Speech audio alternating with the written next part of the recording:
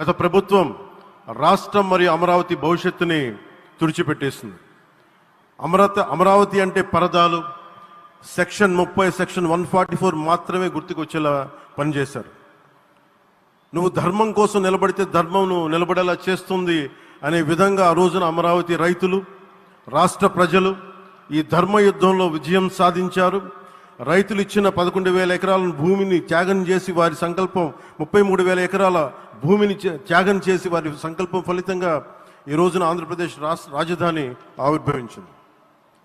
అమరావతి రాజధాని పనులు పునఃప్రారంభమవుతున్న ఈ శుభ సందర్భంలో ముందుగా రాజధాని నిర్మాణం కోసం స్వచ్ఛందంగా ముందుకొచ్చి తమ భూముల్ని, పొలాల్ని ప్రభుత్వానికి ఇచ్చిన అమరావతి ప్రాంత రైతులకు, మీ త్యాగానికి గత 5 ఏళ్లుగా మీరు చేసిన పోరాటానికి శిరస్సు వంచి మీకు ధన్యవాదాలు తెలియజేస్తున్నాం. గత 5 ఏళ్లుగా రాజధాని నిర్మాణం నిలిచిపోయి రాజధాని తరలిపోతుందనే సమయంలో రోడ్ల మీదకు వచ్చి 5 కోట్ల ప్రజల తరపున రైతులు, మహిళలు, విద్యార్థులు చేసిన పోరాటం, మీరు పడిన అవమానాలు, మీపై పడిన గాయాలు ప్రతి ఒక్కటి మా మనసులో ఉంది. ఆ రోజున దివ్యాంగులను కూడా లాఠీ దెబ్బలు నా గుండెలు ఇంకా సజీవంగా ఉన్నాయి. ఆ బాధ మేము మర్చిపోలేదు, ఎవరిని మర్చిపోనివ్వలేదు. అందుకని దానికి సజీవ సాక్షి ఈ రోజున తిరిగి పునఃప్రారంభానికి గౌరవ ప్రధానమంత్రి గారు రాక, ఆ రోజున మహిళలు, విద్యార్థులు చేసిన పోరాటం, మీరు పడిన అవమానాలు, మీపై పడ్డ గాయాలు ప్రతి ఒక్కటి మనసులో ఉంది. మీ త్యాగాన్ని మేము మర్చిపోం. మీరు చేసిన త్యాగానికి జవాబుదారీగా ఉంటాం. బాధ్యతగా అమరావతి నిర్మాణం జరిగేలా సాయశక్తుల ఈ కూటమి ప్రభుత్వం కృషి చేస్తుంది.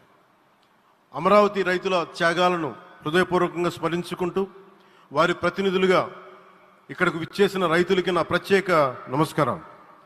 ఈ పోరాటంలో వారికి ప్రతినిధులుగా సన్మానం అందుకుంటున్న మహిళా రైతులు పాత్ర, ప్రత్యేకించి అమరావతి మహిళా రైతుల పాత్ర చాలా అభినందనీయం. మీరు ఎంత నలిగారు, మీరు ఎంత రోడ్ల మీదకి వచ్చారు. మగవాళ్ళు ఆపేస్తే ఆడపడుచులు బయటకు వచ్చి తిరిగి పౌరుషం చూపించారు, ఆంధ్ర పౌరుషాన్ని చూపించారు. మీరికి నా ప్రత్యేక అభినందన. వాళ్ళు చూపిన సాహసం, సహనం అందరికీ ప్రేరణగా నిలుస్తాయి. మా వీడియో మీకు నచ్చినట్లయితే please like, share and subscribe.